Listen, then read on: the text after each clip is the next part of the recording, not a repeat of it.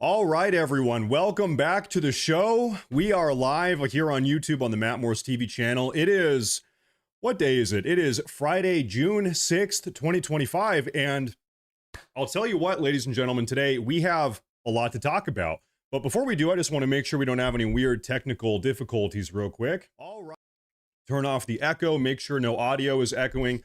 If you folks can do me a favor in the live chat and post a hello, hi in the chat and make sure everything is working properly.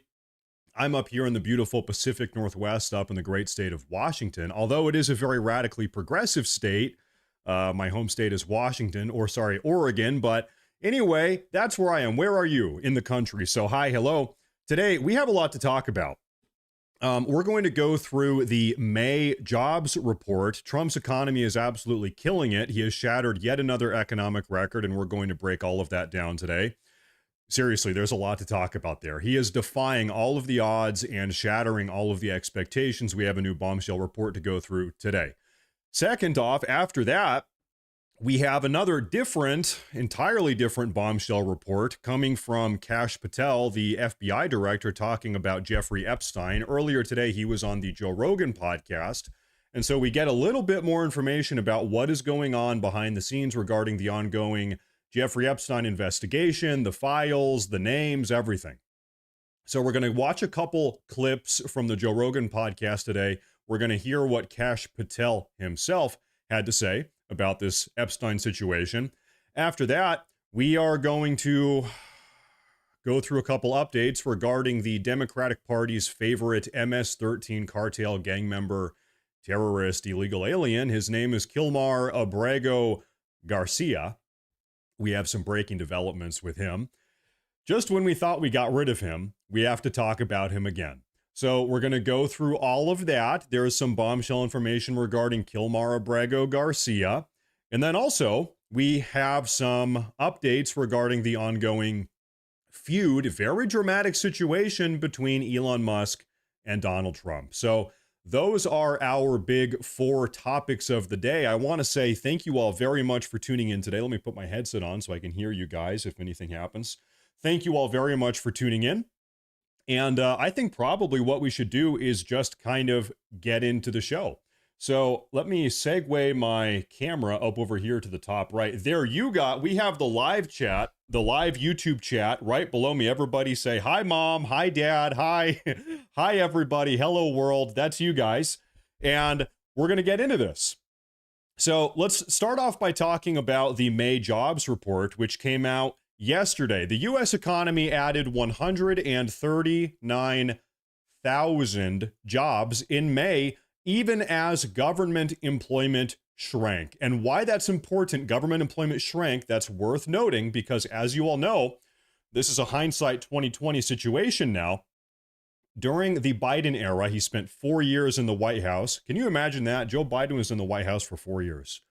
He pretty much was sleeping the entire time. He took a 4-year-long nap. That sounds nice right about now. But anyway, as you know, the Biden administration, they never even really created actual jobs in the private sector. So all of the Biden administration's job reports were totally fraudulent and fabricated insofar as all of the jobs they created were totally unnecessary, superfluous, unneeded, unrequired baloney bullcrap jobs. You know, if I'm the leader of the country and I say, hey, listen, guys, I'm going to create 100,000 jobs. And how we're going to do that is I'm going to pay you guys, $100 an hour to dig holes for 8 hours. And then at the end, you need to fill in all the holes. Dig a hole, fill it in. Dig a hole, fill it in. And that's your government job. And I'm going to pay you $100 an hour. So you could very easily, through those mechanisms, you're creating jobs, but are you actually producing anything of value? Are you actually creating a valuable product? Is this an important business that helps keep the nation alive? No. And so this is what Joe Biden was doing. The best example of this, obviously he wasn't paying people to dig holes, almost as useless. He was just industrially hiring waste of space federal government personnel that weren't needed. He was bloating. We all talk about the bloated federal bureaucracy. Joe Biden was He made it obese. He made the federal bureaucracy obese. It's Friday. Let's have a they slash them type of night, boys. Woo. It's Casual Friday. Everybody put on your casual clothes. Hey, thank you. Everybody take your suit off, your suit and tie, and put on the casual clothes. Thank you, Dave Harvey. Thank you very much. I appreciate that. Now, what Joe Biden was doing, this is perhaps the best example of this sort of waste of money, waste of time, taxpayer-funded federal government jobs. Remember when he tried to hire 87,000 IRS agents? And what were they going to do again? Oh yeah, they were going to audit the middle class. So when we're talking about Joe Biden's job creation program, we're talking about just totally unneeded jobs in the federal government. So I wanted to break that down because now we're talking about President Trump's job creation for the last couple months that he's been back in the White House. Trump is actually creating real private sector legitimate jobs, like people that actually do things, people that actually produce things, small business owners, manufacturers, all types of stuff, legitimate businesses, legitimate jobs. So employers in the United States added 139,000 workers to their payrolls in May, the Department of Labor said on Friday, and the unemployment rate was unchanged at 4.2%. Economists had been expecting 125,000 jobs and an unemployment rate unchanged. So the expert economists, the experts, they expected 125,000. Well, Trump, in accordance with his economic policies, with his America First economic policies, we were able to create 139,000. And by the way, this is not a fluke because this is actually the fourth month in a row that this very same thing has happened. In fact, I have some numbers here for you guys. Let's talk about February. In February, President Trump, as a consequence of his economic policies, the United States created 151,000 jobs. That was 11% over the experts' expectations. That was February, 11% over. In March, President Trump created 228,000 jobs, 36% over expectation. In April, Trump created 147,000 jobs, 10% over the experts' expectations. And now in May, we've created 139,000 jobs, 7% over expectation. So not only are these actual, real, legitimate private sector jobs, it's not a bunch of federal government bloat. He's also creating real jobs, but he's also exceeding the expectations. Economists had been expecting 125,000 jobs and an unemployment rate of 4.2 unchanged. President Donald Trump's program of shrinking the federal government is showing signs of progress. Employment in the federal government decreased by 22,000 jobs in May and is down 59,000 jobs since January. Folks, in the last 6 months, President Trump has gotten rid of 59,000 unnecessary jobs in the federal government. What do you think your average federal government salary is? Does anybody have a guess here? How much money does if you were average it out, federal government employee make every month? Or let's say per year. So we have 59,000 of those jobs. What do you think? $65,000, $70,000 in the federal? Let's say 70. I don't know, $70,000. So just by nature of firing these 59,000 unnecessary federal employees, we've saved $4.1 billion a year. I just got my calculator out. And maybe I'm looking at my chat. Maybe that's on the conservative side. I see some people in the live chat are saying it's $100,000. It's $150,000. That seems a little bit high, $150,000. But so we did 70. But anyway, you can tell this is what we're talking about with the Department of Government Efficiency and cutting out waste and fraud and abuse. These people were not needed. These were unnecessary jobs. And so thank God we got rid of them. We have a Fox News report going over this real quick. Fox News alert, the U.S. economy added 139,000 jobs in May, beating expectations for the third straight month. Correction, actually major correction. It's 4 months in a row. Before the live broadcast today, I did some research into this topic. We have February, March, April, May. I guess it depends on how you count it. Anyway, this is the fourth month, okay, where Trump has surpassed the expected job creation rate. He's dominating. Everything is going according to plan here. The America First economic policies are dominating. Let's play the video. 139,000 for May. The expected number was 130. Others had it around 125,000. Not terrible. What is your reaction on that, Stephen? No, they're great jobs numbers. The president's economy is healthy. The president is succeeding in creating hundreds of thousands of jobs since he came into office. More than 500,000 jobs since he came into office. And they're all going to native-born Americans. Okay. And on top of that... Yeah. Hold up. I didn't know that. Did you hear what he just said? All of these jobs are going where? All of these great jobs being created in the private sector, not in the government, not in the federal government. These great jobs that are being created as a consequence of President Trump's America First economic policies are going to native-born Americans, American citizens, not to illegal immigrants, not to H-1B visa holders, not to immigrant workers, no, these jobs, I'm going to rewind. These jobs are going to Americans. More than 500,000 jobs since he came into office, and they're all going to native-born Americans. Okay. And on top of that, wages grew in May at twice the pace that they grew in April, right? So we've got better job creation, better real income growth. It's a great report. 130. It's a great report. It's undeniable. The Council of Economic Advisors Chairman Steve Moran tells Fox News, once again, all of these great private sector jobs created. And here's the thing, okay? These are good, great private sector jobs that are surpassing expectations. One, they're surpassing expectations. Two, they're in the private sector. Three, they're going to American citizens. They're not going to immigrant laborers or immigrant workers. Four, this is happening in spite of the federal government actively shrinking. So pick your talking point. This is just everything is going perfectly now. Let's move on. Let's talk about Kash Patel. Let's talk about Jeffrey Epstein.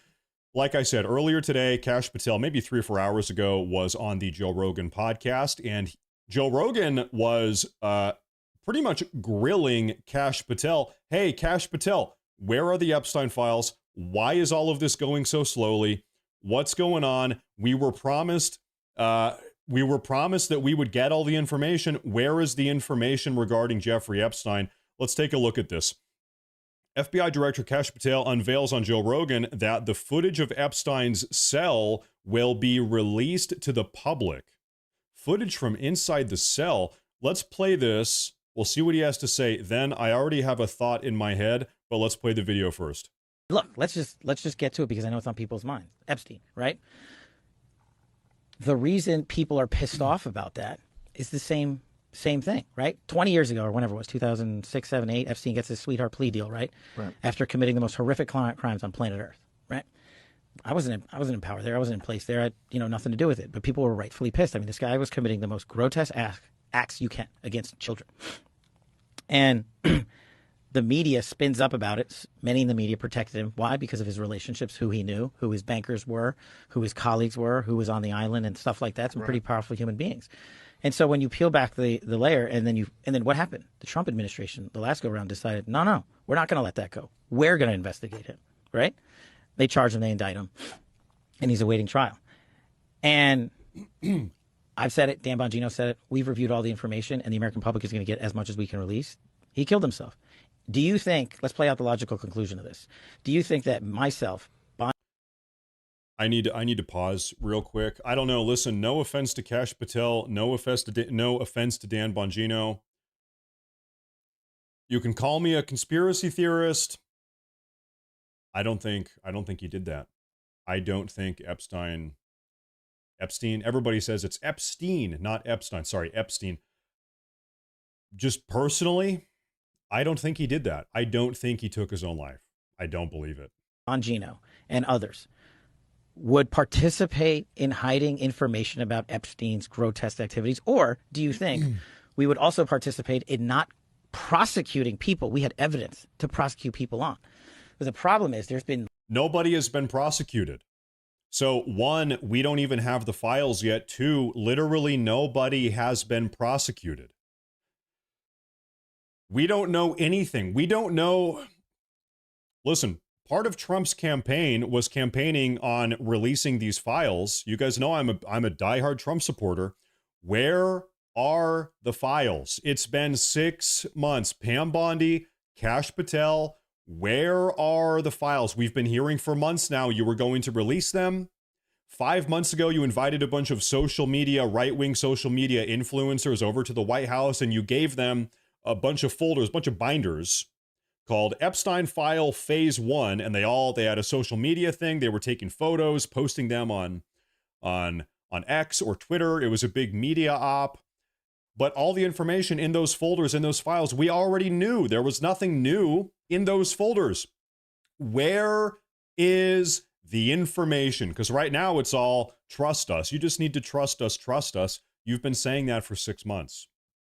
Kash Patel, where are the files? Like 15 years of people coming in and creating fictions about this that doesn't exist. Where's the videotape of an Epstein Island of X, Y, and Z committing these frauds? Why haven't you given it to us? Do you really think I wouldn't give that to you if it existed? I'm working. Yes, I do think that. Yes, that's a great question, Kash Patel. Yes, I do think you AG would not Barr give is it smart. to us. He knew it was critical to keep Epstein safe. Why weren't there at least 2 COs watching him outside his cell at all times? Yeah, good question. How did he take his own life exactly? We're led to believe that he tied a noose with his bed sheet. Why did the camera go off? Where were the guards? Why was the camera flipped off? In fact, hold up, wait a minute. Kash Patel is saying that he's got the footage. We're going to see the footage. The narrative a couple years ago was that the cameras got flipped off and there was no footage. So, listen, I'm not saying he's lying. I'm not saying he's compromised. Maybe he doesn't know. I don't know. All I know, literally the only thing I know is that we were told we would have this information and we do not have the information. So I don't know if I'm getting impatient. I don't know if I'm getting a little bit distrustworthy or not that I'm distrustworthy, but I'm questioning them. I don't know. I don't know what's going on here. Working my ass off along with the leadership at the Bureau and DOJ to get you what we're allowed to give you. And you're going to get the video of the cell and you're going to see for yourself. And we will never be able to convince everyone. Here's another thing. I know you guys will definitely call me a conspiracy theorist when I say this next thing. Guys, artificial intelligence has gotten so crazy these days. They could release a video and we could have a video of Jeffrey Epstein hanging himself and we could all watch it in 1080p, in Blu-ray high quality, right? Am I going to believe that? I don't know. These days, guys, videos can be faked so easily. You have all this artificial intelligence video stuff. Man, the times these days, man, guys, stuff is crazy. It's who here has a Facebook account? Sometimes I'll scroll Facebook and my Facebook feed, if I'm scrolling through Facebook, is nothing but artificial intelligence generated videos. And I have to be, is that real? There's no way that's real. I see videos of like giants climbing up the side of the pyramid in Egypt, and I'm like, I'm pretty sure that's not real. That's like a, I think this is AI generated. I don't think that's a real video. Anyway, so man, I don't know. I don't know. And so with Kash Patel here, there are, I guess, three options that immediately come to mind. One, he's lying. Kash Patel is lying. Two, he's compromised. I guess that's kind of the same as he's lying. So he knows what's going on, but he's not going to release it because he's compromised. Or if he directly is not compromised, then he's playing coverage for other people. The release of this information would implicate other people currently in the government, so he doesn't want to release it. Which has kind of been the primary argument against releasing it the entire time, is that if the files get released, if the folder gets released, if the video footage gets released, then the entire country goes up in flames because every single famous person, every single politician, every single influential millionaire, billionaire, trillionaire, they're all implicated and our entire government implodes because everybody is screwed. That's kind of, honestly, that's probably what is happening. If not everybody, then enough people are screwed or implicated in this, that's why Democrats and Republicans collectively are like, you know what, I don't want to touch this. That could be the case. Or third option, like I said, three options here. Or it's just not really that interesting and he doesn't really have a whole lot. Maybe the files are relatively empty. There's nothing that compelling in them. And so when he says he doesn't really have a lot to show, maybe that is the case. I don't believe that. I think that's bogus. I do not believe that.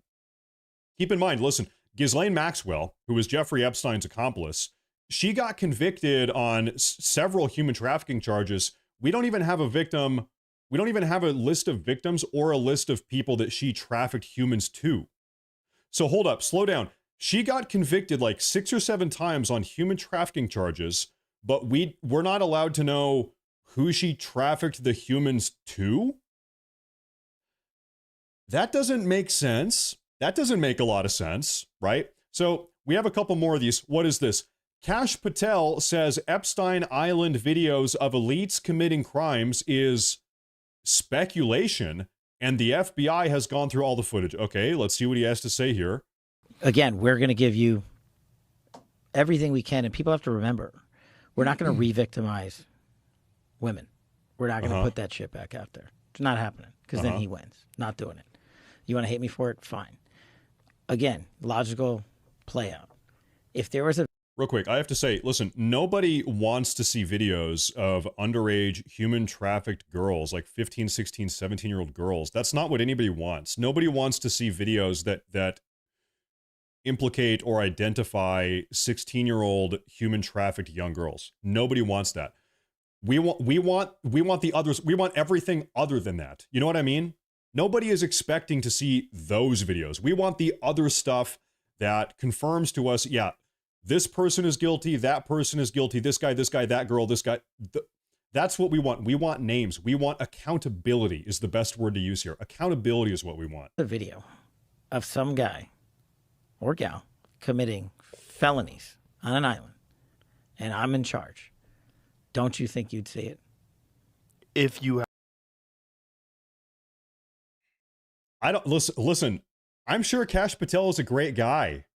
Does Kash Patel have my 100% trust? Would I trust Kash Patel with my life? Or I don't know about that. I don't know. Like you're the FBI director. You're a part of the Trump administration. That's good. You know, we're probably on the same side. But man, like really, how much do I trust you? I don't know, man. I don't know. have access to it. If I have it, period. Right. If I have it. So where else would it be? right, if you have it. Right. But you can't say that you have it No, we're giving you everything we have. so far. Everything we have so far is Have the you guys universe. gone over all the video that's available? Yeah, that's what I'm telling you. That's what takes so much damn time. All of it. Right. Okay. And And is there video from the island? not of what you want. The people out there have filled the void with can't wait to see X, Y, or Z. Right, speculation. And I'm like, here's the other thing I've been asking for, right? Not of what you want. Okay. So what is? Well, let me finish the clip, then I'll give you my thought here. Right? Openly. If you have information on this, call us. Tell us. The best resource we have is the American people in the world. So he's saying not of what you want. So what we want is video footage, pictures, or audio recordings, or just videos that implicates or confirms the guilt of various bad actors in the government or just famous wealthy people that were friends and of Jeffrey Epstein and partaking in all of the evil, terrible things he was doing. And so what he's saying, yeah, we've got footage from the island, but it's nothing that you guys would want to see. Hold up, pause. Kash Patel, FBI Director Kash Patel, you expect me to believe that you have footage from Jeffrey Epstein's island, but none of it contains anything illegal that happened at all? Jeffrey Epstein, world famous, infamous, renowned, underage human sex trafficker. You expect me to believe that he wasn't doing anything illegal or illicit on that island? Kash Patel? Seriously? Because that's what you're telling me right now. Yeah, man. I don't know, Mr. Patel. I don't know about that. We have another one of these videos here. FBI Director Kash Patel reacts to the post from Elon Musk about Donald Trump and the Epstein files. That was yesterday's massive drama. We're going to talk about that a little bit more today. Let's see what he says here. this is going to come up because it's been going on since we've been recording here. Uh-oh. Elon and Trump seem to be in a bit of a spat, Joe. You want to check the tweet that Elon just put out a little bit ago?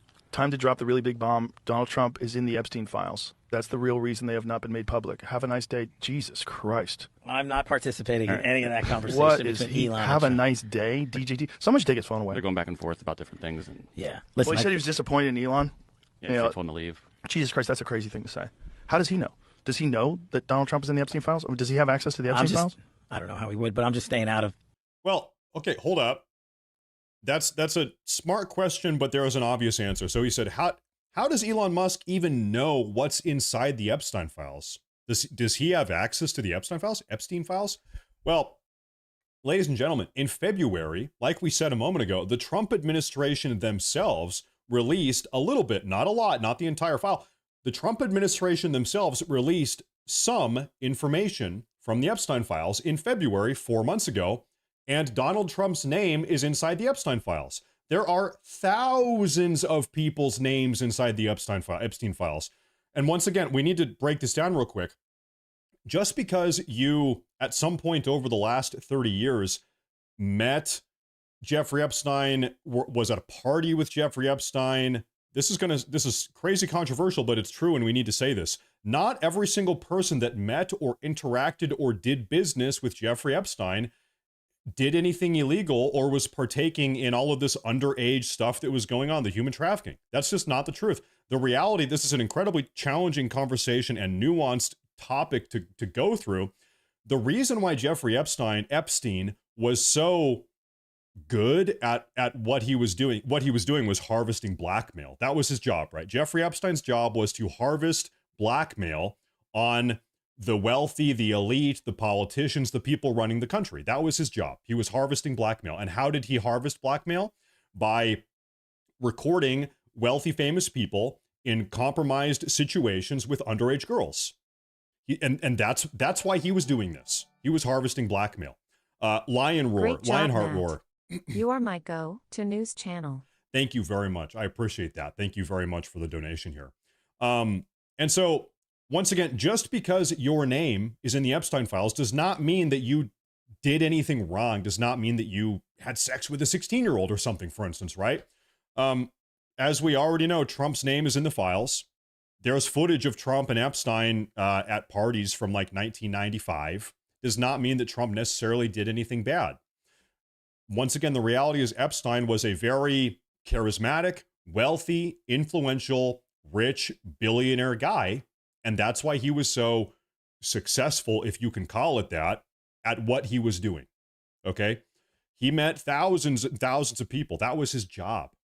So, and this is why it's so important that we actually get to the bottom of this, that we actually get the information that they have been promising us, but that we have not gotten yet, because there's a big difference between having your name in the Epstein files or having some interaction with Epstein at some point in your life versus you were partaking in the underage human trafficking that Jeffrey Epstein was doing. There's a big difference between those two, right? So that's why it's like, give us the files. Let us look at it for ourselves. Give us the files. The Trump Elon thing, that's way outside my lane. What the fuck are they doing? I know my lane and that ain't it. I just don't. I mean, I understand he owns Twitter. I think it's bad for your mental health. I think posting things public all day and arguing with people all day is bad for you. Well, you raise a great point. Sorry to cut you off. Go ahead. Half of what we have to respond to is the click army on social media. Right. And 50% of that plus is bots. 50% of that plus is bots, but let's take the other 50% of that. It's just constantly pushing out information to sell T-shirts or subscriptions or whatever, listen to my show. And then people are like, hey, FBI, why aren't you looking at this thing in Oklahoma? And I'm like, because it's fake. I don't have time for that. And, Right. and so to your point on like social media does have a great use in terms of me. And so the reason Dan and I don't do a lot of media is because we're the FBI. Like, let our work speak for itself. Right. Let our work speak for itself. You've been in charge of the FBI for 6 months, and we don't have the files. We can't judge you based on your work because no work has gone. Presumably, I'll be fair, you've probably been doing work behind the scenes, et cetera, et cetera. Yeah, you're busy. The FBI does a lot of things. Okay, I'm not going to totally discredit what's been going on. We don't have the files. We want the files. If you want us to judge you on your work, then give us the files. That's how I feel. But we have to find the right balance of going to do media and posting on social media the things we're doing and keeping people updated. And so that's the delicate balance we're trying. But what I'm learning is no matter what you do, it doesn't matter. It's going to just completely... It does matter what you do, and you haven't done the thing you said you would do, and that's why people are mad. If you would actually do the thing you said you would do, which does matter, then people would not be mad at you. I don't know, man. The degree to which he's trying to obfuscate this entire situation, it's a little bit annoying. I'm getting a little bit annoyed here. This is kind of annoying me. Not make everyone happy. And there's no solve for that in terms of how the FBI operates. But at the same time, the FBI won't be thwarted by it. Yeah, well, release the files. Yeah. Jib jab, blah, blah, blah, blah, blah. Release the files. Yeah, so anyway, release the files. Yeah, that's a cool story, but release the files. Why do people think Kash is lying? Because he's controlled by Israel. Oh, boy. No, I think people think he's lying because he, part of the campaign was that he was going to release the files, and now we are 6 months into the presidency, and we don't have the files. That people are justifiably, in my opinion, people are justifiably upset. Okay, that's how I feel. But that's really, I think that's all we have on the Epstein situation today. So this was kind of a, I'll be frank, kind of a nothing burger of an update. If anything, it's the opposite of a nothing burger. I think you can categorize this as kind of bad news. He's downplaying the situation. He's pretending like he doesn't know why people are frustrated. It's obvious why people are frustrated. Release the files, and then people will not be frustrated. But we're going to move on today. Now we're going to talk about this breaking story. This is actually a developing story.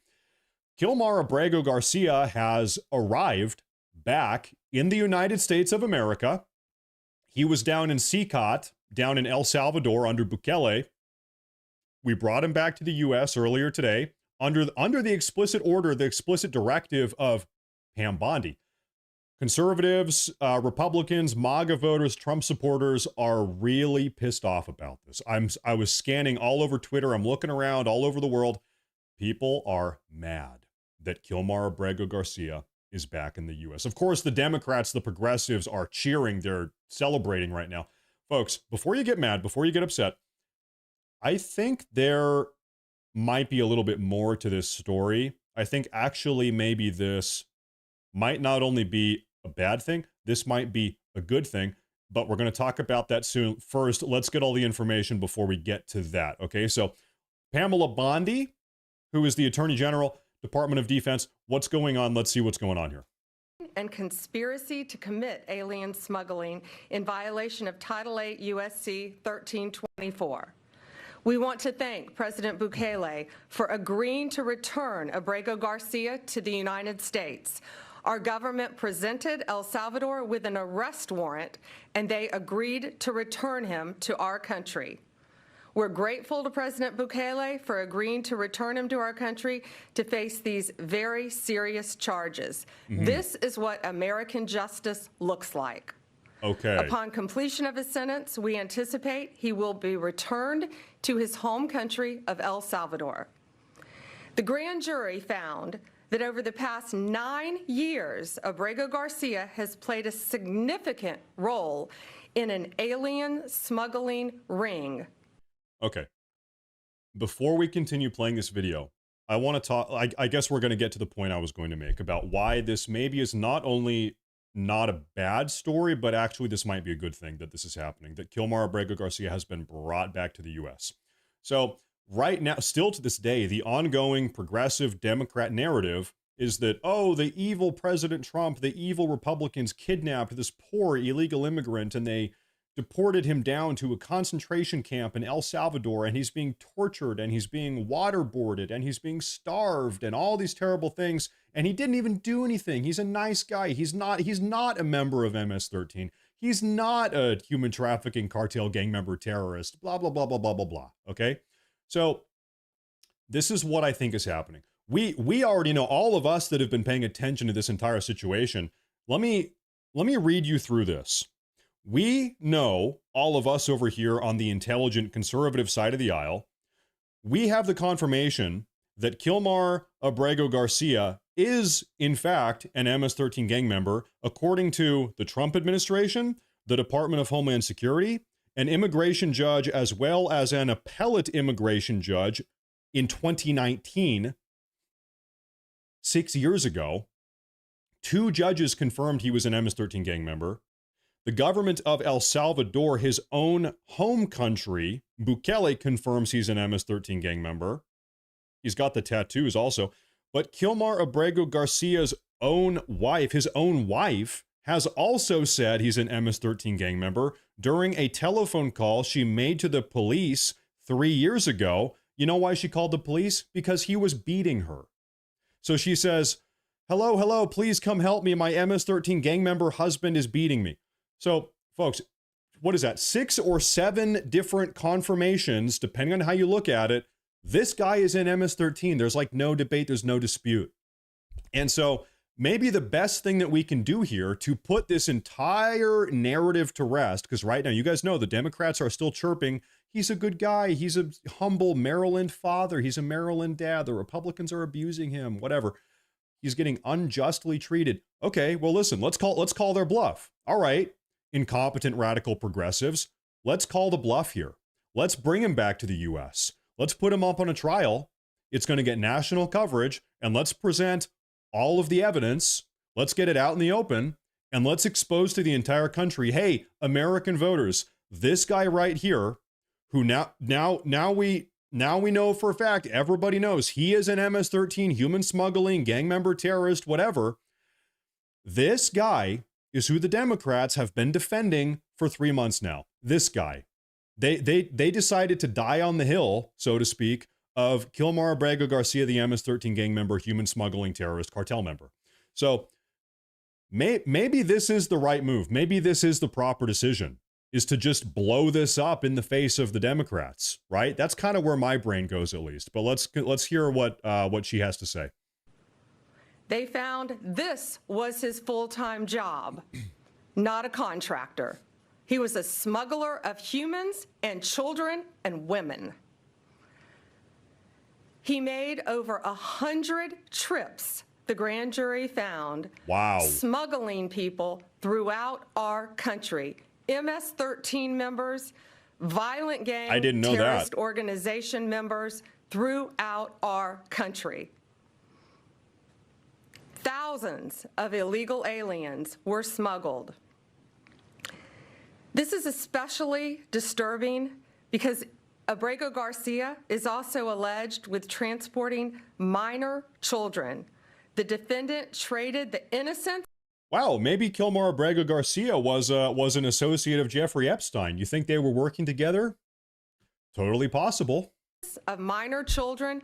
You know, maybe that's why the Democrats are protecting this guy so much. For profit. There are even more disturbing facts that the grand jury uncovered. It is alleged this defendant is part of the same smuggling ring responsible for the death of more than 50 migrants in 2021 after the tractor trailer overturned in Mexico. This is part of that same ring. Wow. The defendant abused undocumented alien females, according to co-conspirators, who were under his control while transporting them throughout our country. No, by the way, to be clear, she said earlier, once this trial is done, he's going back to El Salvador. Once this is done, we're putting him on trial. We're getting all the information out in the public here, okay, for the entire nation to witness. We're blowing this situation up with all the facts and all the truth. And then we're sending his ass back down to El Salvador. He is not sitting in an American prison cell once the trial is done. This defendant trafficked firearms and narcotics throughout our country on multiple occasions. They were using vehicles, SUVs, with added seats in the back, floors that had been ripped out, guns, narcotics, children, women, MS-13 members. That is what the grand jury found. A co-conspirator alleged that the defendant solicited nude photographs and videos of a minor. A co-conspirator also alleges the defendant played a role in the murder of a rival gang member's mother. I'll tell you what is the guy's name? Democrat, Senator, and Kilmar Garcia. Folks, the way this entire situation is going, I have a feeling that Chris Van Hollen, Democratic Senator, is going to regret taking this photo. Look at how he's treating, Senator Van Hollen, the Democrat, the idiot Democrat here, flew down to El Salvador. He's treating Kilmar Garcia, who we now know is all of these terrible things. He's treating him like an abused puppy. He's like, come here, I'll take care of you. It's going to be okay. You didn't do anything wrong. You're a good boy. Well, actually, as we now know, he's an MS-13 gang member, terrorist, human trafficker, child predator, the list goes on and on. But you know what? I was going to say, is he going to lose his political career over this? Is this going to blow up in Senator Van Hollen's face? Is he going to get primaried out and lose his seat in the Senate? Honestly, no, he's not, because the Democrats do not hold themselves accountable. They don't care. The Democrats are not going to care about this. They're going to say, well, it's the intention that matters. It's the thought that matters. It doesn't matter what Kilmar Abrego Garcia did. It doesn't matter how many children he trafficked over the border, because we were sticking up for the general idea, for the loose idea of sticking up for mistreated immigrants. And really, Trump is the evil person here. That's what they're going to say. They're going to distort and twist this and move the goalpost, and nothing is going to happen because the Democrats do not care about justice or law and order. As much as they talk about it, they don't care about holding people accountable or truth to power. All they care about is rather maintaining power. Now, what do we have here? This is ABC News coverage of this situation. Kilmar Abrego Garcia, who was mistakenly deported to El Salvador. You hear that? They are still, this is ABC. They are still trying to twist this. They are still trying to manipulate and distort the information. Ladies and gentlemen, reminder, you do not hate the mainstream media enough. Just when you think you can't hate the mainstream media anymore, they give you another reason to hate them even more. So here's a good reason. He was mistakenly deported. Back to his own country. After he was found to be illegally in our country, he was mistakenly deported. Okay. Catherine, what do we know so far?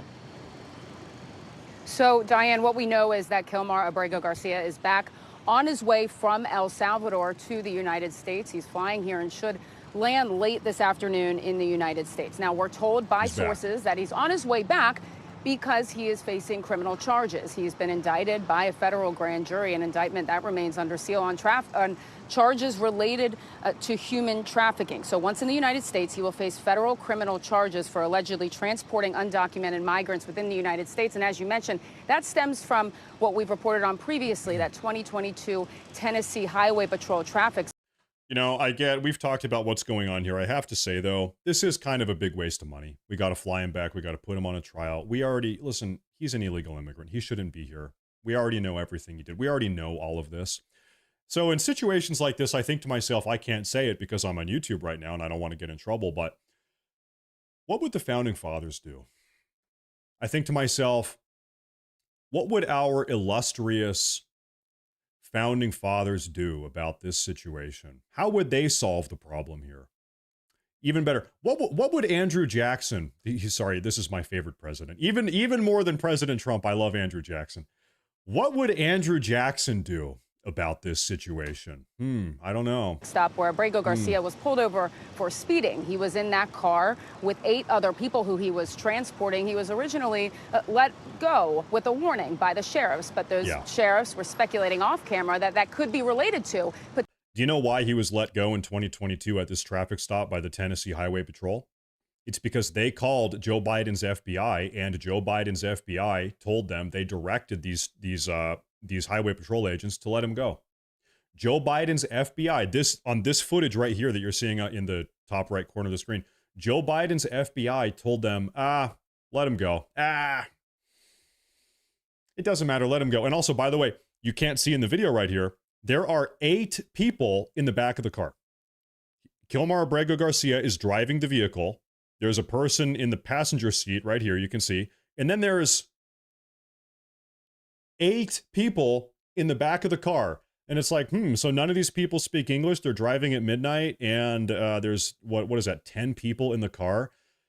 That's a little bit weird. Let them go, whatever. Potentially transporting undocumented migrants. Now, it's important to note here that this investigation, these federal charges, did not really get put into motion until April. That was weeks after he was deported and after the government admitted that he was mistakenly deported. So this federal investigation started when he was already in El Salvador. Of course, this is a mechanism to bring him back to the United States, where he will land shortly. We are told by sources that an indictment could be unsealed as soon as today, where we will see these federal charges. But again, it's worth pointing out, too, that we just talked about unlikely that this criminal investigation wouldn't have started if it wasn't for that judge in Maryland in that civil case saying that ordering the government to bring Kilmar Abrego Garcia back to the United States. We remember that went to the Supreme Court.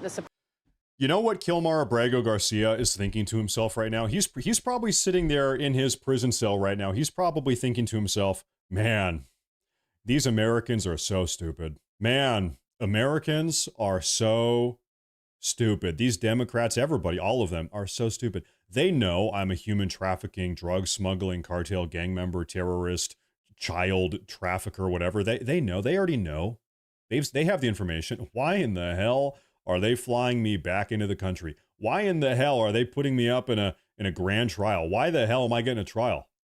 Like, they already know I'm guilty. Why are they doing this? Man, Americans are so stupid. That's what this guy's thinking to himself. Supreme Court agreed with the district judge here and said that he must come back.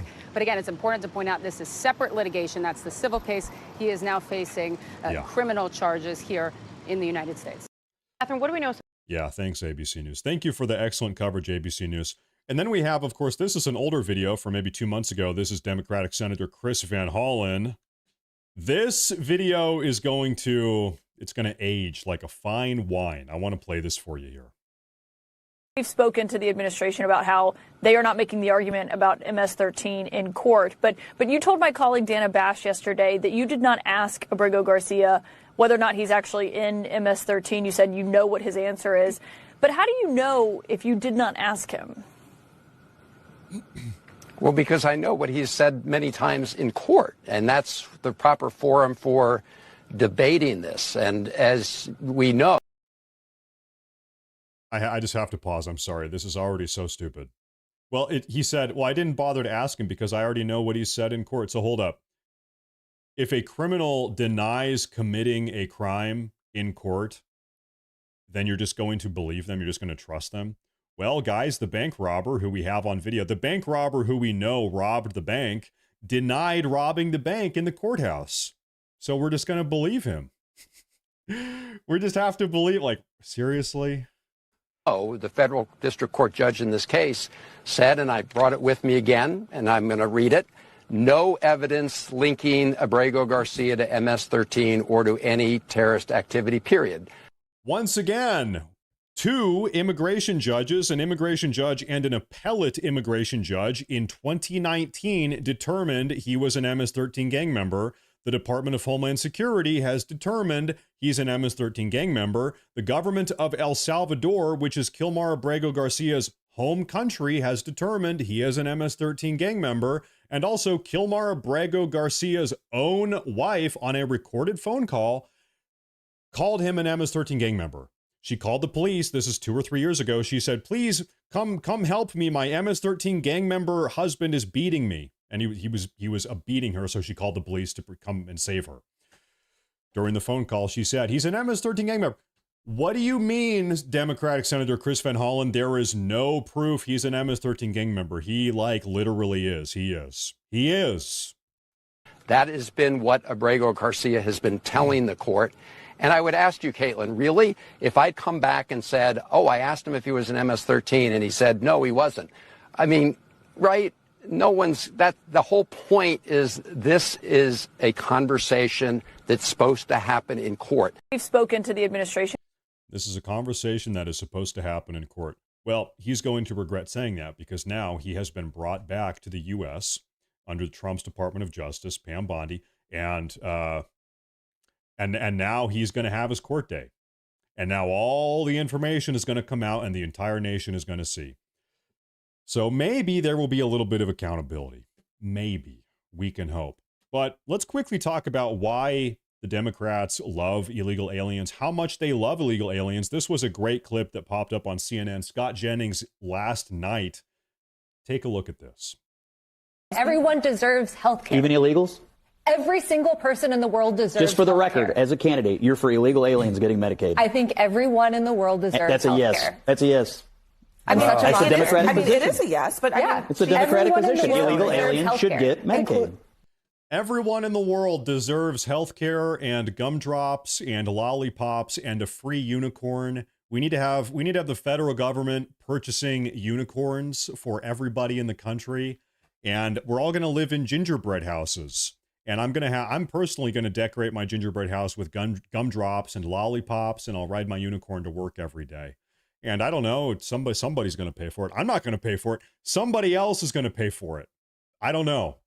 But I mean, I mean, How is it controversial? but How is it controversial? How is it controversial to think I don't want someone to die in the hospital because they can't afford Who do you it? think pays for health care when undocumented people show up at a hospital?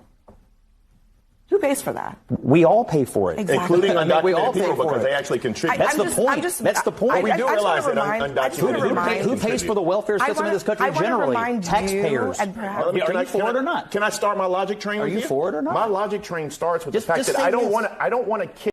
I have a feeling this guy's logic train is nothing but caboose. I think there's no conductor. I think his logic train is just a series of cabooses with nothing else going on. 11 million people off Do you of want Medicaid. the illegal aliens on or not? Do I want first of all, do I want undocumented citizens to Just have say health care? yes. The answer is yes. Scott, Okay. if someone is More undocumented, Democrats. do you want them to not get insulin if they're diabetic? I want Medicaid. I'm going to be honest. Listen, if you are an illegal alien and you are diabetic and you're worried about insulin, don't come to my country expecting free insulin. You should worry about getting insulin down in Mexico or Guatemala or wherever the hell you're coming from. It's not my job. It's not my American taxpayer job to pay for the insulin or whatever medication of every single person around the world. I'm sorry, this is untenable. This doesn't work.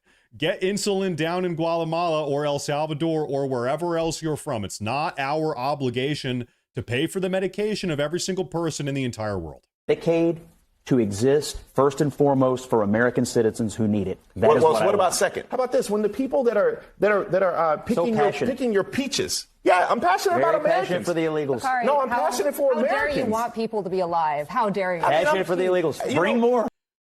Listen, I want everybody to be alive, but they don't have to be alive in America. All of these people can go be alive somewhere else. I don't want them in this country. They can go be alive. Here's an idea. How about they are alive in the country that they're from, in the country that they are from? Why don't they go back to their country and go be alive? It's not my job to make sure everybody's alive. They can go back to their own country and be alive. No, I actually want safe and secure borders. You need more. To make your vision of America work, we need more illegals who get more benefits. That's your version of America. No, what I want from America is a place that was promised to us, Scott. To the Like illegals? you do. No, it was promised to us. It was promised to us, who? not us, me and you, black and white, brown. Scott, do you think that your family was You were born here? here. You weren't born here, Scott. I was born in First of all, Foster Springs. where does your family come from? My family wasn't born here. My family was actually from Sierra Leone. Scott, Then you got to go back to. Yeah, you're getting deported. Yeah, listen, listen, CNN Democrat guy who's doing everything he can to defend illegal immigrants. Guess what? Surprise! You are getting deported also. Goodbye. Passionate argument Correct for a about country what our country's- built on unfettered illegal immigration, and that is not anywhere our near country, a politically popular Our position. country is built on immigration, period. What kind? That's a great question. What kind? Listen, the people that this democratic idea that we are supposed to accept this notion that the immigrants, the settlers, the coloniers, the colonists, the pioneers, the cowboys, the people that built this country from nothing, that those people are the exact same as welfare immigrants popping out anchor babies across the southern border. We're supposed to accept that those are the same two types of people. Give me a freaking break. My my family showed up here in 1635. It's almost been 400 years, 390 years. Okay. When my family showed up in this country, there was a vast, untamed wilderness full of brutal, Stone Age, violent, cannibal Native Americans and wild animals and bears and cougars and everything to the west. Untamed, violent, brutal, primal wilderness to the west. And to the east, the world's strongest superpowers also trying to kill us. My ancestors, a lot of your ancestors, they carved this country out of nothing while fighting off savage, primitive natives to the west and the world's strongest military superpowers to the east. And they did it anyway. They did it in spite of those things. They carved something out of nothing. They built the best country out of a violent, untamed, bloody wilderness, and they did it. And personally, I resent, it makes me mad when people like this dude on the right, when they compare the people that built this country in those circumstances, they compare those people to welfare immigrants in 2025. They're not coming here to build anything. They're coming here to leech off of the success that we have built, that our ancestors built in this country. They are immigrants of opportunity, is what they are. Period. What kind? Okay. Oh, and first of all, before we go to commercial, what kind? What kind of immigration was I brought here? You're already with? in the hole. You sure you don't want to stop no, digging? Because it was slavery. That's not immigration. Come on. Well, okay. Come on, what? All right, there's a lot to be said. Hold on. No, but you just can't say come on when somebody's like, my family was brought here in chains. The answer's not come on. We shouldn't have done that. Yeah, you're right. Yeah, we shouldn't have brought slaves here. You're right. Listen, I have to highlight this. In one breath, he's saying slavery is wrong. We never should have done that. I agree, by the way. Controversial take. Yeah, slavery is bad. We never should have done slavery or had slaves in this country. But then, if you rewind 90 seconds earlier in his argument, what did he say? He said, we need these immigrants because if we don't have them, who's going to pick the peaches? Folks, that is the same argument that people used 150, 200, 300 years ago in order to justify slavery, actual black African slavery. That's how they said, well, if we don't have black African slaves in the country, well, who's going to pick the cotton and who's going to do all this labor? Somebody's got to do it. We're not going to do it. God forbid. We don't want to pick peaches. So we got to have low skill, low wage, neo-feudal slaves from Guatemala doing all this, picking all the peaches. It's the same argument. Like, really, I want you to think about that. So these, once again, as yet another example, these people, the radical progressives, the Democrats, are just totally incompetent. They're just stupid. They're just stupid people. Now, let's move on from the illegal immigrant discussion, okay? Why don't we move on and go ahead and start talking about the Elon Musk, Donald Trump drama.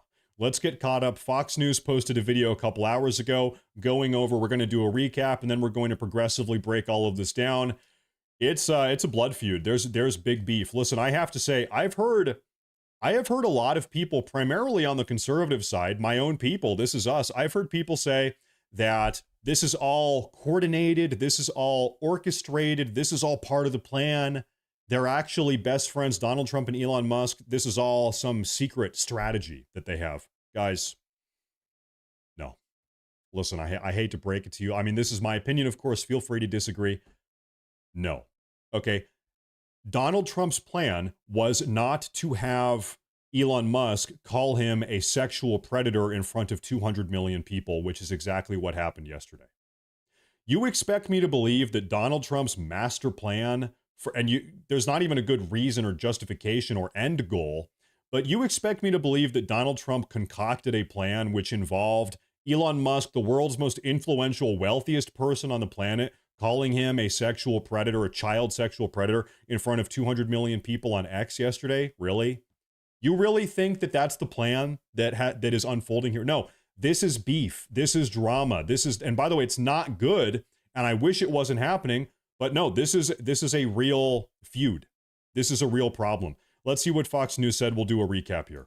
Oh, here we go in the clash of the Titans, and President Trump and Elon Musk are locked into a war of words.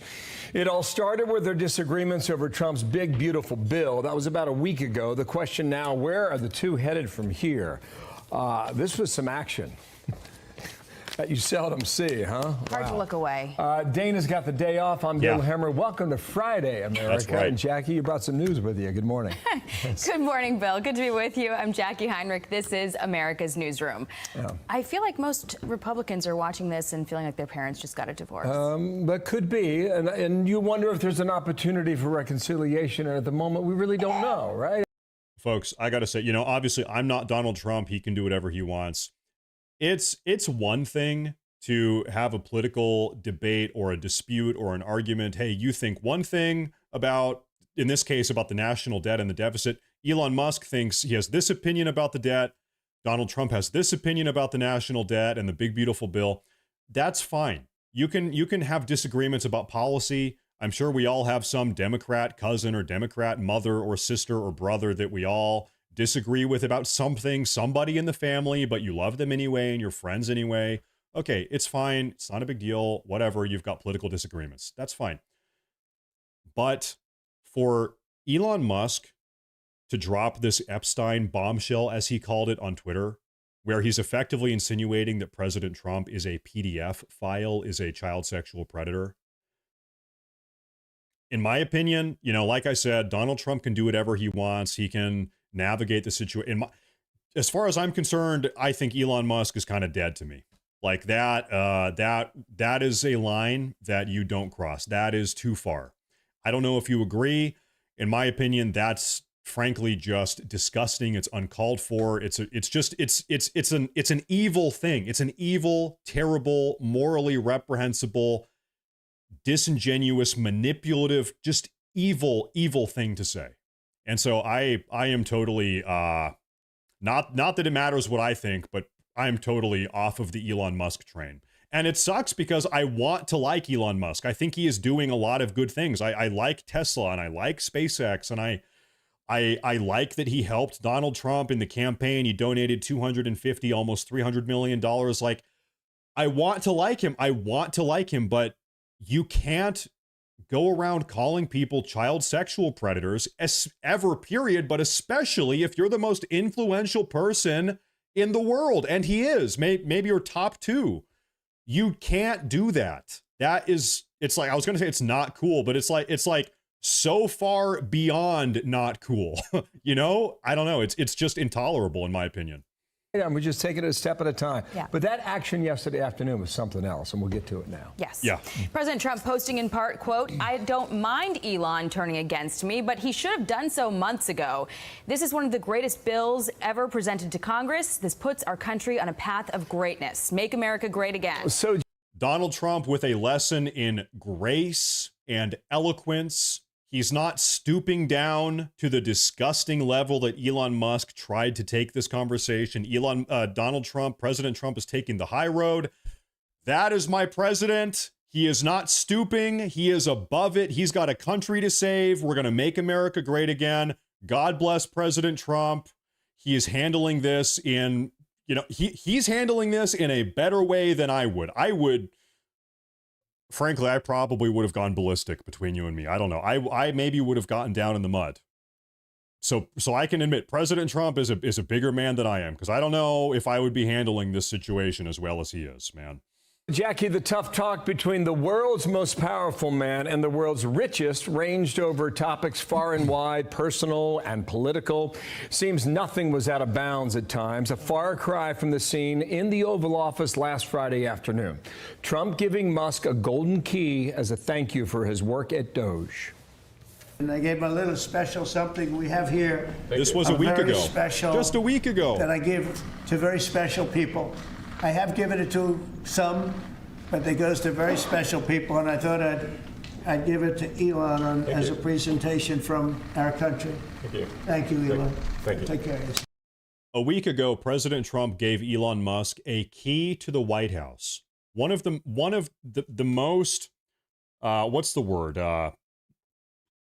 One of the most prized gifts that could possibly be given to any private citizen in the country. It's a golden key to the White House from the President of the United States. And Elon Musk backstabs him and calls him a child sex predator less than a week later. Okay. Peter Doocy is live at the White House with new details on where things stand. Peter, what are the vibes over there this morning? Jackie, we can report this morning that the Tesla President Trump bought for staff to use as part of a demo on the South Lawn to help Tesla is going to be either given away or sold off. And that President Trump, that Elon Musk, rather, was wearing thin on President Trump for about a month. Have him criticize me than the bill, because the bill is incredible. You know, Elon's upset because we took the EV mandate. Elon and I had a great relationship. I don't know if we're well anymore. The lowest blow came from Musk. He said, without me, Trump would have lost the election. Dems would control the House. This is not the lowest blow. We haven't even talked about the Epstein thing, but also this is just incompetent. And the Republicans would be 51-49 in the Senate. Elon Musk acting, the absolute shameless level of disrespect for Elon Musk to say that Donald Trump would not be in the White House if not for him. This is just insane. Elon Musk was totally silent about this election until after President Trump had dominated Joe Biden in that crushing debate. Remember the debate, Joe Biden-Trump, where Joe Biden just completely crumbled? Donald Trump was surging in the polls. And then a couple weeks later, Donald Trump literally got shot in the head.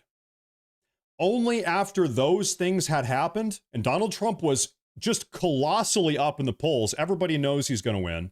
Only then did Elon Musk decide to show his public support and back President Trump. President Trump was already going to win the election anyway. Am I saying that Elon Musk was inconsequential? No. In fact, I think that Elon Musk did have some amount of impact. And I also, up until yesterday, I respected Elon Musk for getting involved and helping out. I respect that. But this is just stupid. I'm sorry. This is just not true. The president eventually said, the easiest way to save money in our budget, billions and billions of dollars, is to terminate Elon's government subsidies and contracts. I was always surprised that Biden didn't do it. Accusations about being on the Epstein list also flew around. The closest thing to a détente so far was Musk writing, "You're not wrong," to billionaire Bill Ackman, who wrote, "I support Donald Trump and Elon Musk, and they should make peace for the benefit of our great country. We are much stronger together than apart." And officials here basically say that.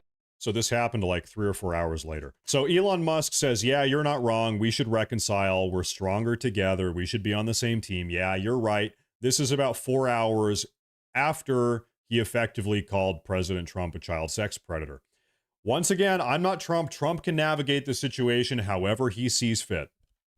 In my opinion, if you're trying to publicly defame me and insinuate that I am a child sex predator, our relationship is over, okay? There is 0% way, there's no chance we are going to remedy that relationship. If you drop a bombshell like Elon Musk did, if you try to do what Elon Musk did, you're dead. You're dead to me. It's over. We are not friends. We are never fixing that relationship. The big, beautiful bill is more important to President Trump than making nice with Elon Musk. The only difference between Friday and today is Elon went back to his companies, and as a businessman, he has a right to speak for his companies. But as president, President Trump has a responsibility to fight for this country. And I'm told Musk might talk to some White House aides today, but nobody here is tracking a Musk-Trump call. Jackie. This is what I think they should do. And by the way, this call did not end up happening. There was rumor that they were going to have a phone call. We're going to talk about that here pretty soon. As far as I understand, this call did not happen. President Trump said, I'm not talking to you. This is what I would do at this point. Once again, Trump can do what he wants. I would just completely box out Musk. I would going forward, starting now, I would ignore every single thing Elon Musk has to say. I wouldn't humor him. I wouldn't give him a phone call. Don't waste any of your time or energy on Elon Musk. He's already proven the type of guy he is and the type of antics he's going to pull. He's already proven the type of person he is. He's a waste of time. Move on, focus on the country, focus on putting America first, focus on making the country great again. Elon Musk for the next 3.5 years is inconsequential. Ignore him. It's over. He's out of the administration. People were saying that Elon Musk is a drug addict. He was high on ketamine or a cocktail of drugs, and that's why he was behaving this way. Who knows? It doesn't matter. Who cares? Maybe he's autistic. Maybe he has Asperger's. I don't care. It doesn't matter. Who cares? None of that matters. The fact of the matter is he did what he did. It's over. Cut him off. Get him out. Move on. Make America great again. Doesn't matter. Doesn't matter. MAGA. Screw Elon Musk. MAGA. That's it. None of this matters. MAGA. America first. Full steam ahead. Period. That's my opinion. All right, Peter Ducey, thank you. Okay, so let's go over it now. You want to start, Jackie? And I'll tell you, the last time the president commented about this publicly was at 4:06 p.m. Eastern time yesterday. That was the True Social that you read just a few moments ago. Right, and then Elon Musk kept on going. The latest one that I tracked was this effort to see if he should create a new political party, one that's in the middle, really going scorched earth. And, you know, in talking to folks at the White House about how things are going over there and what people think, a lot of sympathy for Musk. They think that he has just shown that he's like manic and has lost it. And that's what we're hearing from some of the reports of those who've spoken to the president this morning, that he feels that way too. So you've been talking to folks at the White House. I have as well. Yes. At the moment, the president does not intend to speak with Elon Musk today. Now, that's contrary to what a lot of the reporting was last night, early this morning. So we'll see whether or not that changes.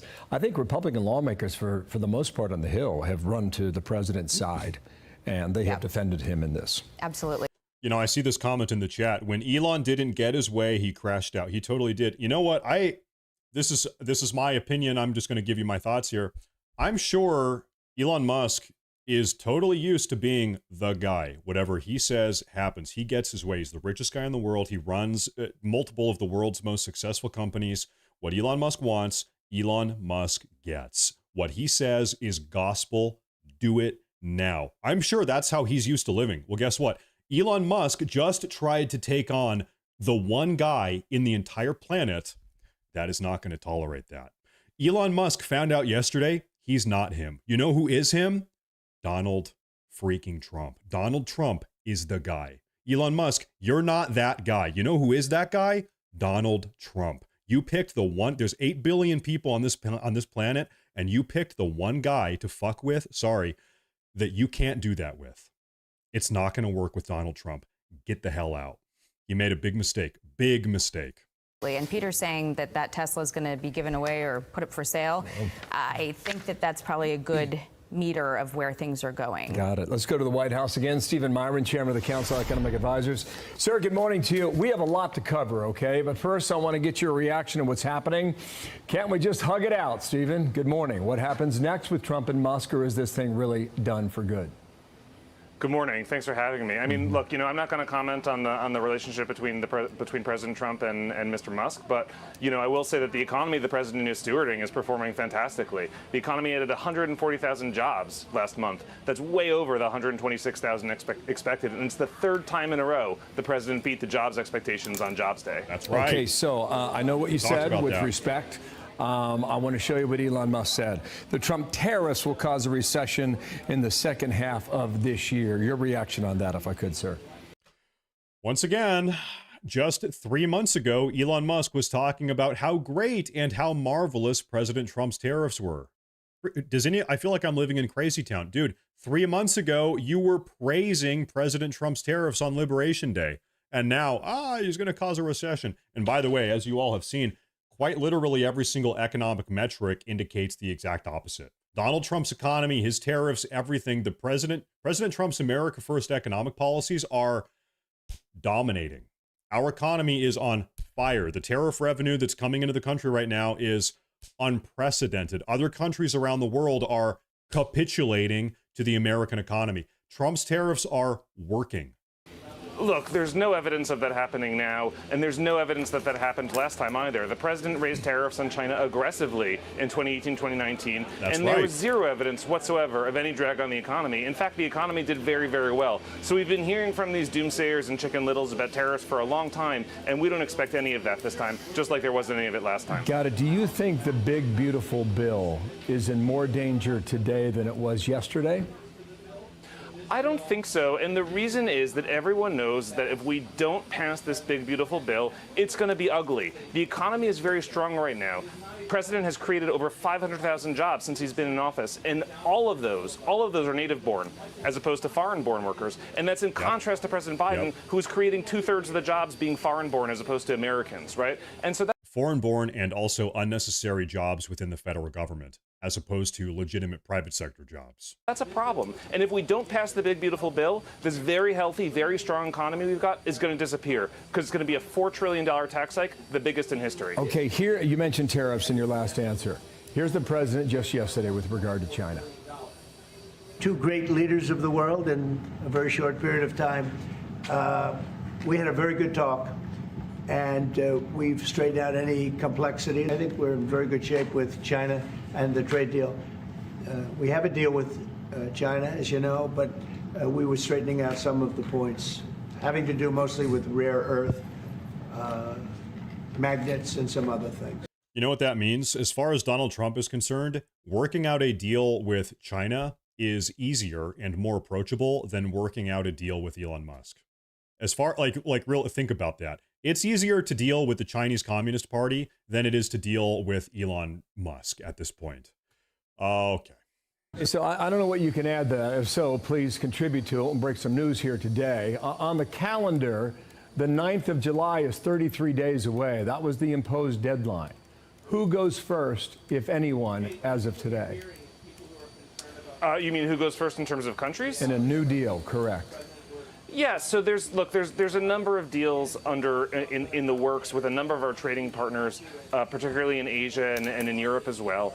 And I expect that these deals to come out in a flurry as we get closer to the deadline. Some might come out very soon, but I expect there to be a flurry as we get closer to the deadline because of the process in which these deals are proceeding, where there's steps that everyone is taking to move the deal forward, and those steps are designed to yield success around the time of the deadline. Got it. So I'm just, I mean to interrupt, but every time we do these segments, I'm just trying to find the name of a country who will be first in line. Can we say today which country that will be? I cannot. I'm not a trade negotiator. I run the Council of Economic Advisors, not the Council of Economic Deciders. So I'm not directly involved in those negotiations. But of course, I talk with my colleagues and I hear good things.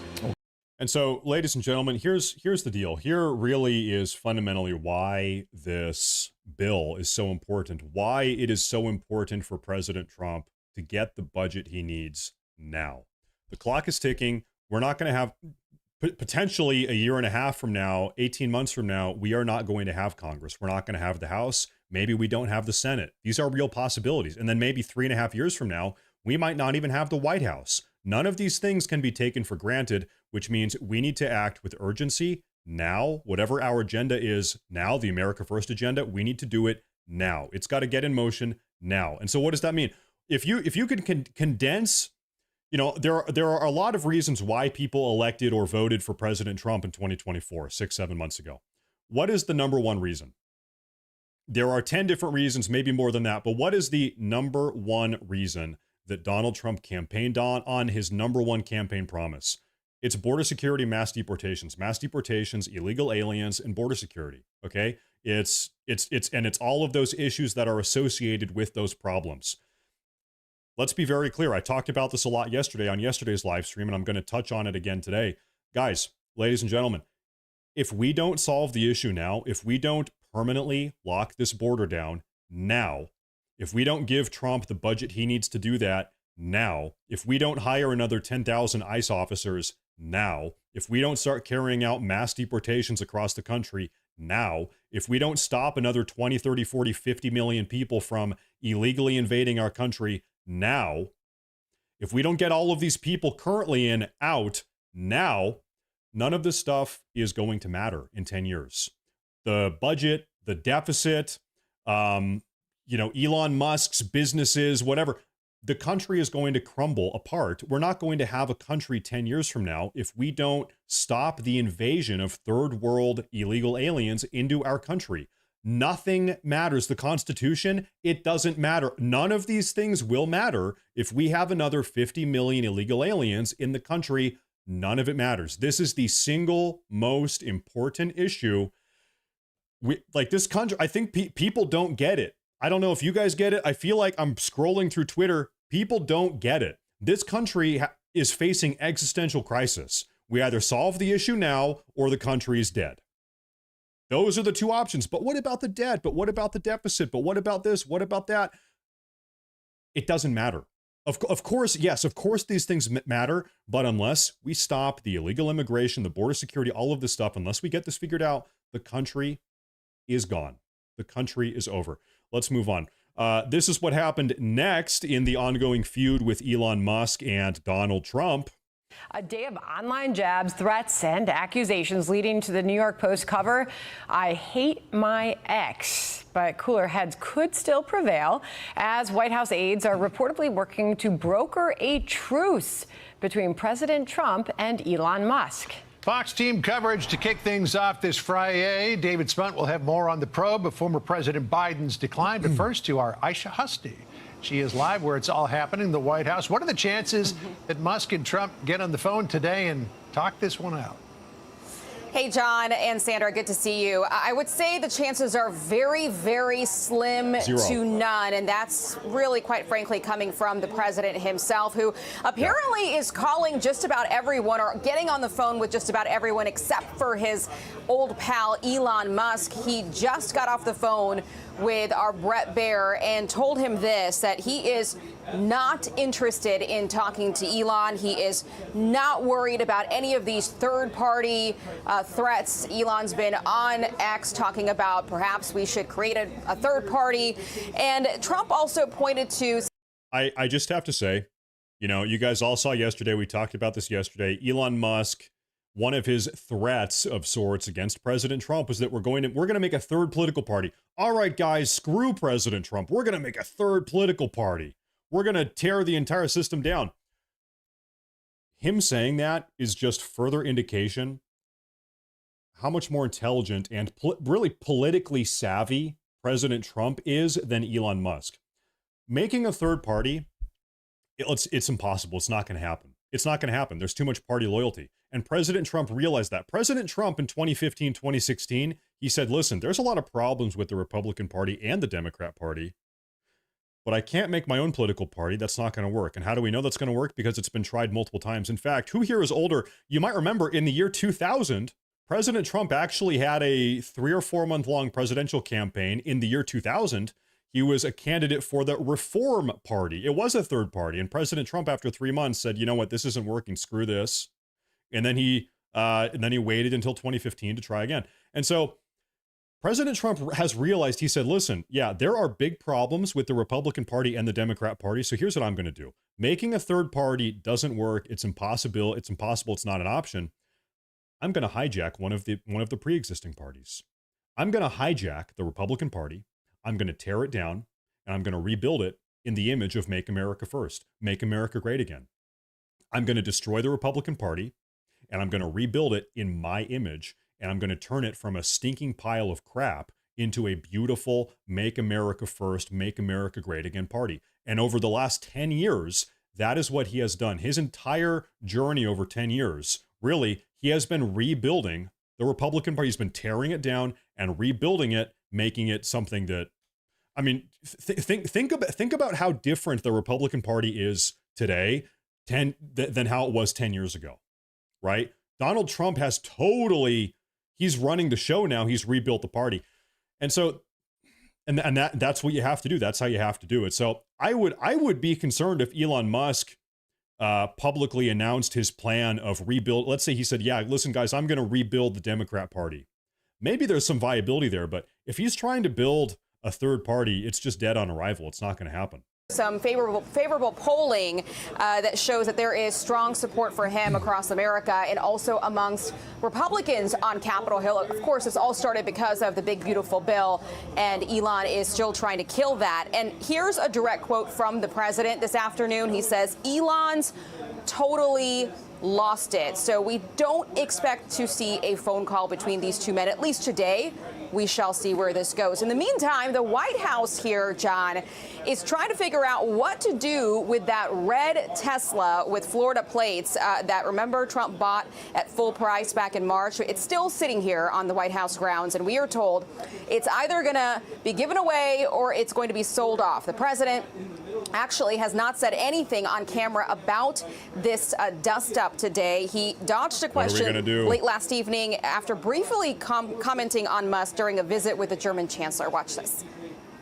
I'd rather have him criticize me than the bill, because the bill is incredible. You know, Elon's upset because we took the EV mandate. Elon and I had a great relationship.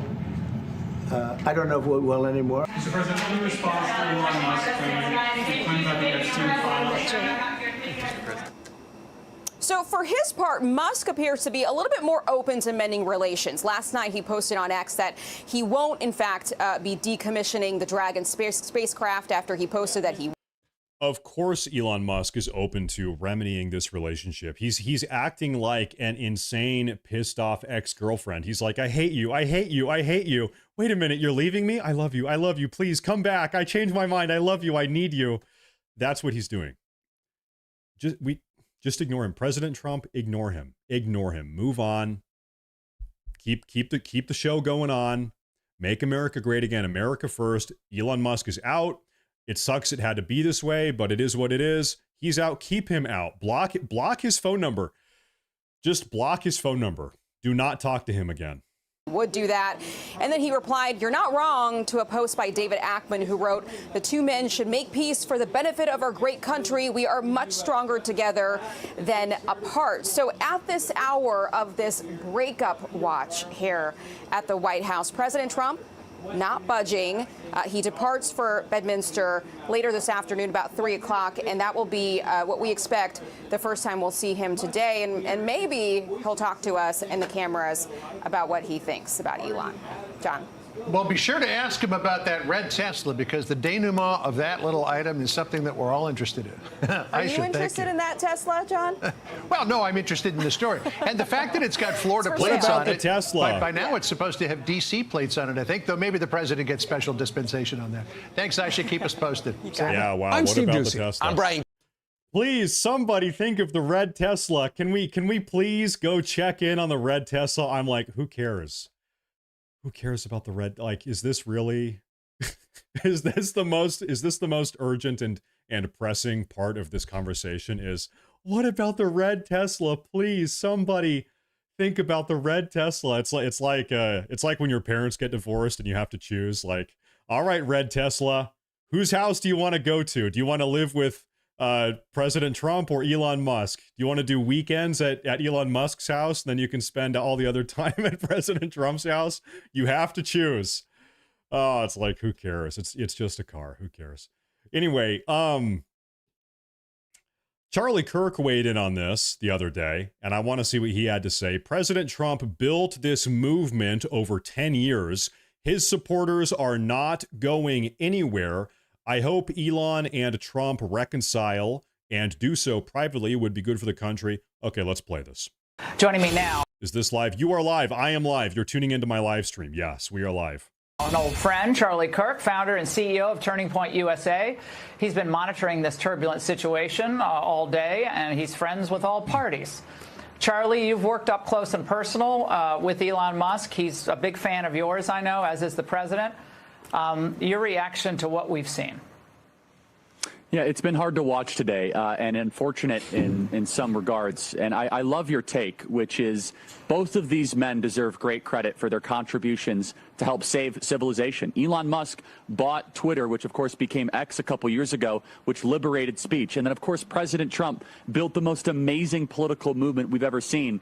He was shot, almost shot again. He was impeached twice. He was facing 700 years in federal prison. And he was so clear about not surrendering and not backing down and not giving up. I will say it's a tough thing to watch, this public feud. I actually think they're going to reconcile at some point, though, because deep down, I would like to believe they both want the same thing. But we must be very clear, though, that what President Trump wants in this bill, because that really was the forcing function of this kind of this feud and this schism, is exactly what he ran on. This was never an omnibus bill. This was not some sort of big bloated bill. Instead, it is no tax on tips, the best border security we've ever seen, growing ICE agents, where ICE agents have not seen any sort of personnel increase of headcount since their original charter in nearly 20. Elon Musk unfollowed Charlie Kirk. Yeah, I saw that. Yeah, Elon Musk unfollowed dozens of, as far as I know, a ton of people yesterday. Really, anyone that spoke out against Elon Musk yesterday in defense of President Trump got unfollowed by Elon Musk. Elon Musk unfollowed them. Yeah. Years. We're going to see amazing energy independence, tax on remittances, asylum claim fees. We're going to finally be able to finance mass deportations. We're going to see a bottom-up middle-class revolution, a blue-collar revolution that we saw under Trump 1.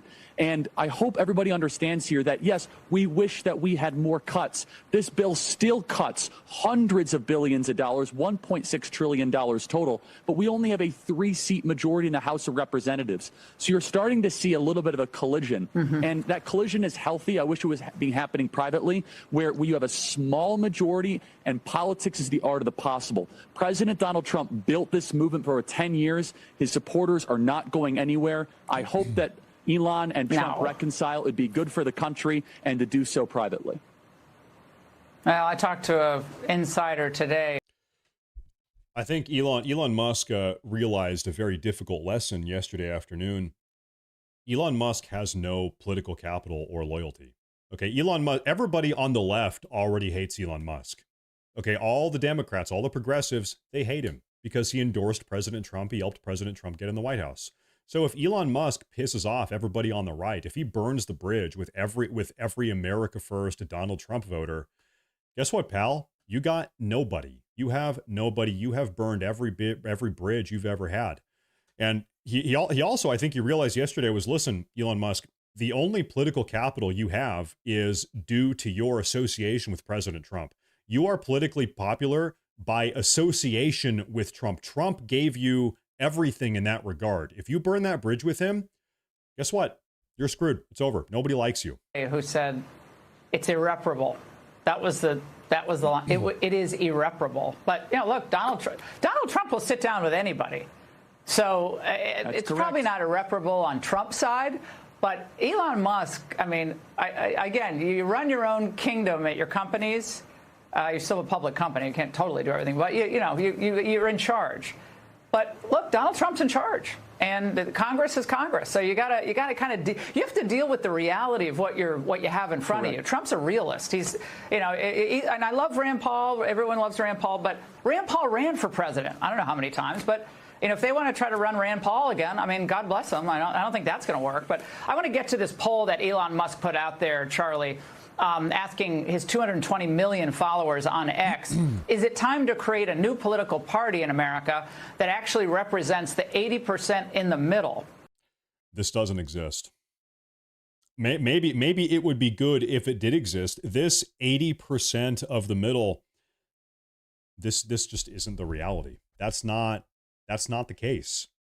Our country, for better or for worse, maybe you could say worse, is incredibly polarized. Most people are not radical centrists. Most people are either right wing or left wing. So you know what? Hey, try it. Elon Musk, try it. Try to do this. You should try to do this. And Michael P., thank you very much. Thank you. Now, Charlie, again, we both really respect so much of what Elon Musk has done and are grateful to him. But do you believe, Charlie Kirk, that 80% of America wants to start a new party with Elon Musk? And not be part of the Trump coalition? No, absolutely not. No, are you going to have Karine Jean-Pierre go be the spokesperson? I mean, come on. Let's be honest about the stakes. I mean, come on. I mean, she said she's an independent now, allegedly, so maybe she can go be the spokesperson for this. Look, here's the thing. Elon knows this because Elon articulated it very well. This is a fight for Western civilization of existential importance. It is a question of identity, of whether we're going to be a country and not a colony. Are we going to have sovereignty, or are we going to have open borders? Are we going to have a shared history, or are we just going to be a multicultural, confused mess in the future? He gets it. He gets it. And I'm like very radical in this regard on this topic. I don't care how much money President Trump has to spend to solve these issues. Border security, mass deportations. Border security, mass deportations. If that puts our country into another $5 trillion of debt to clean those problems up, then that's what it takes. Because once again, if we don't solve those problems, we don't have a country. The country is dead. It's over. The entire thing comes crashing down if we do not solve these problems. So if that's what it takes, you know what, Trump, as far as, hey, taxpayer here, Trump, you have a blank check. I'm giving you a blank check. Of course, I can't speak for every taxpayer, but, with my money at least, take all of it. I don't care.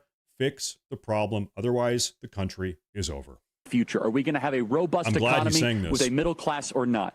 The solution is not some sort of Ross Perot attempt where it divides the coalition. The solution instead is building a robust, working class, bottom up. Exactly. It's not more schisms and more division. It is unity. And President Trump demonstrated that in his triumph this last November. So I don't take much stock in that poll. I instead think the American people and the people of the West are uniting in massive numbers to repudiate leftism, socialism, Marxism, and open borders.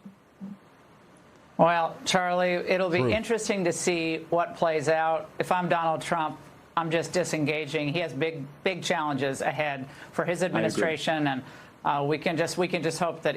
This really is the truth. This really is the takeaway. Listen.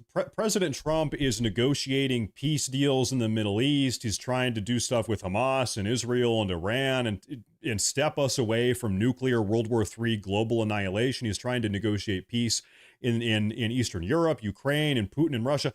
And he's trying to solve the border crisis and mass deportations. And he's trying to save the economy. And he's working out trade deals. He's trying to re-domesticate manufacturing. He does not have time to deal with Elon Musk's spaz attacks. Elon Musk is a spaz. He's unpredictable. He's a freaking spaz. He's a spastic. Our president does not have time to deal with this guy. You can either get in line, Elon Musk, and help enact the America First agenda, or get the hell out of the way. You're either on board making this happen or get the hell out of the way. We don't have time for this guy's antics. Get on board, get in line, or shut the hell up. That's how I feel. So if Elon Musk is not going to chip in and help out anymore, I'm happy he did before. But if he's not now, then ignore him. Shut him out. And that's the end of that. At least I hope that's the end of that. Now, ladies and gentlemen, I'm trying to keep these brief. I'm trying to keep these down to maybe 90 minutes, up to 2 hours a day. I think that's our show for the day. So I want to say thank all of you very, very much sincerely for tuning in today. That is going to be a wrap. Every day, I want to say going forward, my goal pretty much is 2 videos a day plus a daily stream like this. 2 videos a day. We did our 2 earlier today, plus a daily 90-minute, 2-hour-long stream. So thank you all very, very much for tuning in. I really appreciate the support. The other day, we hit 500,000 subscribers, 500,000.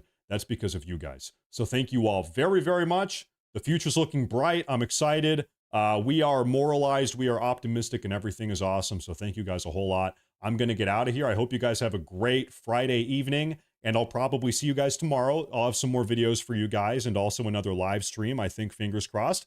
And thank you all very much. So I'm going to sign off, and I'll see you guys when I see you. Have a great evening, everyone. Thank you very much.